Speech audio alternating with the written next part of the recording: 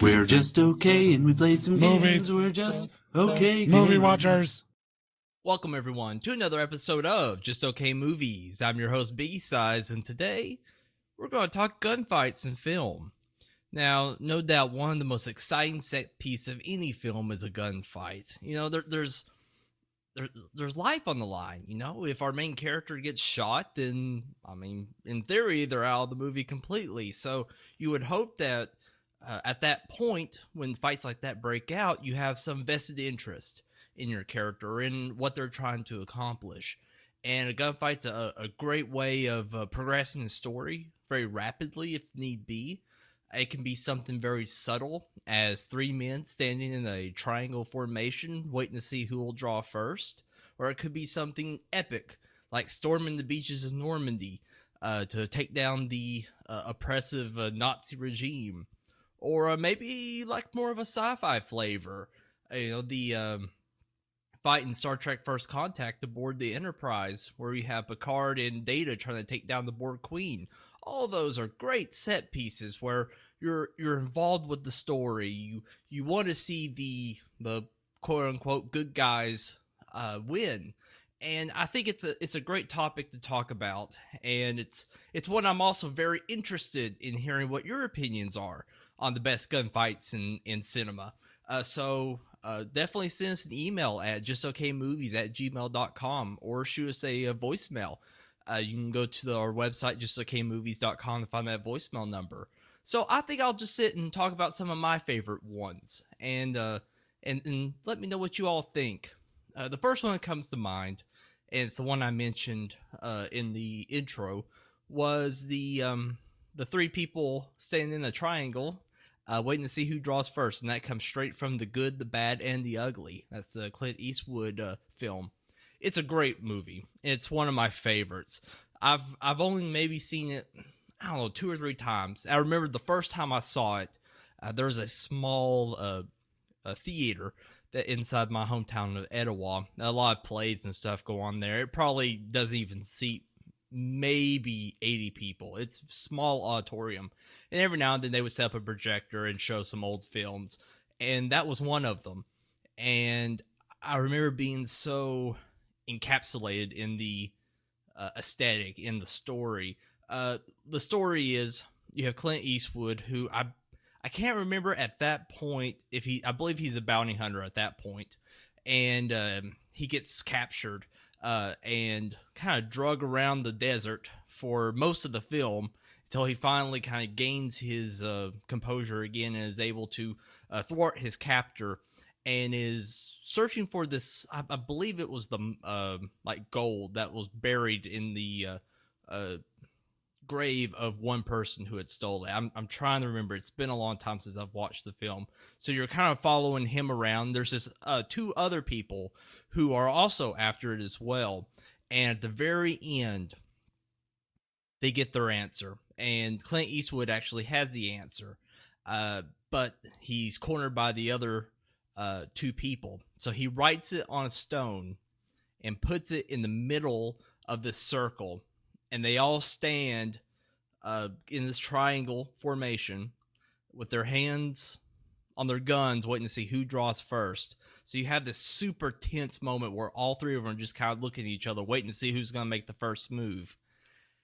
And what's awesome about that scene is, a little before it, Clint Eastwood actually takes the bullets out of one of the guy's guns, the kind of dumber character, and he doesn't know it. So really, Clint Eastwood is only worried about the other guy, the other one who's kind of on his same level of intelligence, I guess you could say, and he ends up winning. And it's just a great moment. All the build up to that moment is just fantastic. It's a simple spaghetti western film, but it is an absolute classic that I would recommend anyone to watch. Just for that scene alone, I definitely did not do it justice, and it has been a while since I've watched it. But that scene alone is just iconic in a simple, subtle gunfight scene that built up its intensity just by how invested you get with the story and caring about Clint Eastwood getting that treasure. The next one, I guess it's a pretty common one. I really, really enjoyed. Well, I mean, in the Matrix, there's all kinds of fight scenes. You know, it's hard to just pick one. I think the one in particular that's just truly iconic is when Neo and Trinity are going after Morpheus. It's got all the scenes that have become, that've been memed to death by other films and things like that. You know, you've got the classic bullet dodging scene that is it's still just badass to this day. And at that time, you didn't really see a lot of slow-mo stuff in film. At least I can't recall any. Not on that level, or at least done in that style. So it was iconic for a reason, because it was truly original and just badass. I mean, everyone had to do at least once in their life, even as just as a joke, just doing the whole like backward diving, bullet dodging thing. It's so cool. So that's a great scene from that film. And especially it's the agents' characters are so neat, because at that point they're just so tough you can't kill them. And you have this one guy who at that point is willing to stand up and show that he's not totally afraid of them. And it's cool to see that character progression throughout the whole film. There's a lot more underlying philosophical questions going on in that film, and which is why my dad and I, at the time we had rented the DVD and watched it, we turned around and watched it another like 3 times in a row, because we just wanted to wrap our heads around what was going on. I think we were surprised. We weren't expecting a film like that to be pretty deep, I would say. Very, very deep. And it just seems like that also just hyped up your adrenaline, just got you really into it. And also the very ending part, the gunfight in the movie is really good, where, Neo looks like he's been beaten, he's been shot, and he's going to die. But in his mind, none of this is real. None of this is actual life. So he was able to resurrect himself. And I mean, that's just great. That's a fun movie, and that's a good fight, especially because you care so much about that character. I think that's the main theme. You can have a gunfight. You can have the best looking gunfight money can buy. But if you don't care about the character, if you don't care about the story, then what's it for? You got some people, shooting some guns, having some CGI splatter. It's not great. You've got to have that foundation to really make a good movie, regardless of a gunfight, but especially for a gunfight if you want to have intensity. And there's probably one movie I'll mention next that I guess I'm going to break that rule a little bit, because I don't remember the character, I don't remember the story, but I remember the fight at the end. And that was the movie Enemy of the State with Will Smith and I think God, I can't even remember the guy's name, who was in that film as well. The very ending scene, I can't tell you a damn thing about the movie. I do not remember the story. I think something about Will Smith was thought to be he was someone else, and they're chasing him to try to kill him. I can't remember. But the very end scene, we have 2 of these opposing, I think they're gangs, are in this room, and things just get like ratcheted up to 11, and they start blowing each other away. And I believe Will Smith like dives under the table that the 2 opposing parties are meeting. They like stand up, pull out their guns, and just start blasting. And it doesn't sound very exciting. And I would say if you just had a camera just looking at them, like at a wide angle, it wouldn't be. But the editing was very interesting. I'm sure there's somewhere on YouTube, I might try to look it up and tweet it, of this scene, but it's kind of hard to explain. It's like the camera's focusing like intensely on both sides, like going back and forth, and like this color, the strange color, because the movie is very gray and blue. It's very depressing looking movie. But at this point when the guns are firing, I think it's like the muzzle flash off the guns, they're both blasting each other. You don't see anyone necessarily falling at first, but it's just the most intense moment from a boring ass movie. And it sticks in my mind to this day. And I think that's pretty incredible from a movie that I could barely get through. And that very end scene just gets ratcheted up out of nowhere. And it's because of this gunfight. And still going from my rule I talked about before of having, an exciting story, memorable characters. This movie had none of that, but it had a very interesting style for its ending scene. And I think there's something to say about that. And I kind of, now talking about it, I kind of want to go back and watch that again. Maybe it wasn't that bad of a movie, but I think if it was better, I would have remembered more about it. But then again, my memory is horrific. Here I'm, trying to explain Good, Bad, the Ugly, one of my favorite films, and I don't even remember the whole plot of the story. So maybe I'm not the best judge for if that movie was any good or not. But just for that scene alone, I would definitely recommend it. As for another one I really like, I know I've talked about it probably a lot on this pod now. I know a couple of episodes back, I think we got an email about a scene that really moved us, and I mentioned Saving Private Ryan and the opening scene with Normandy, and I'll talk about that again. I won't go too far into it, but I feel like that is definitely a scene, a gunfight scene that has a lot of emotion behind it, and it's a little different than something like Good and Bad and the Ugly. But I do feel that the history behind it made that scene very powerful. You can have scenes where you're just blasting each other to smithereens, and it's fun to watch, and you may care a little bit about what's going on. But a scene like that, knowing that was real life, and they probably got as close as they possibly could on screen to make you feel like that's actually going on.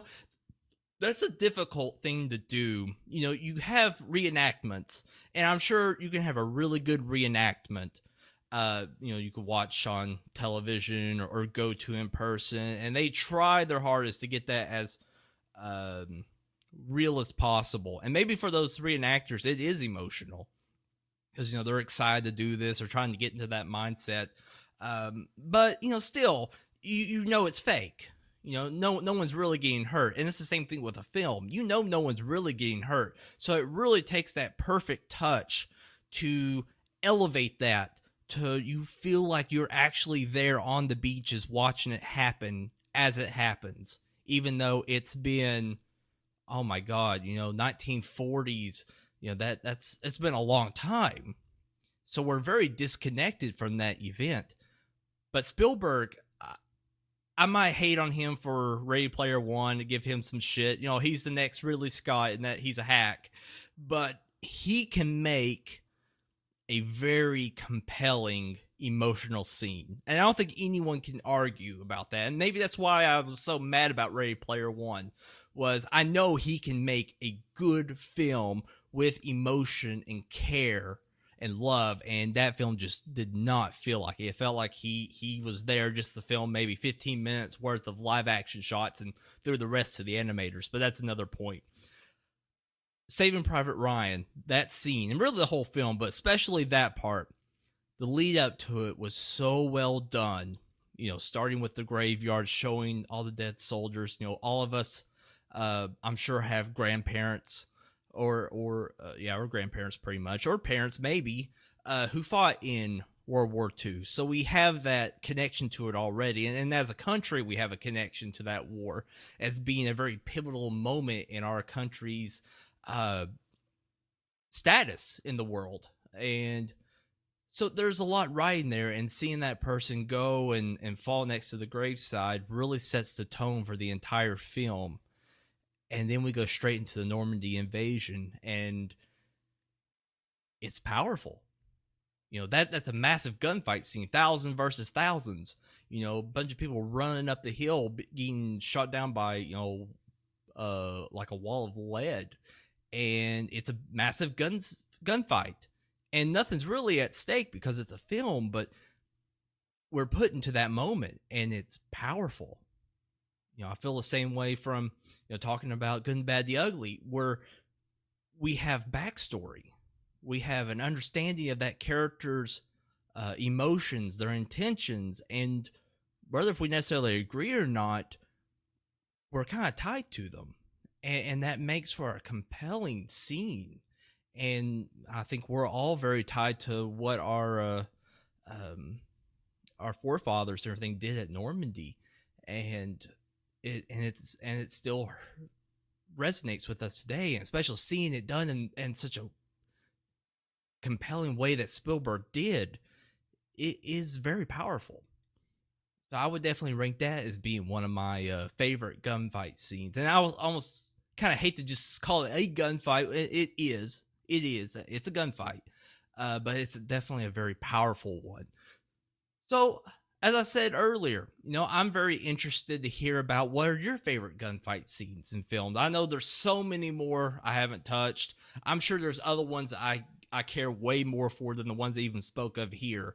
I mean, you've got great ones like the gunfight in Heat. I think it's probably one of the more iconic ones where have this awesome fight in I can't remember if it's downtown New York or where they're at. They're like weaving through cars and fighting the police. I mean, it's a very awesome scene that just keeps going and going, and then you got these like lull moments, and it ratchets it back up. It's great.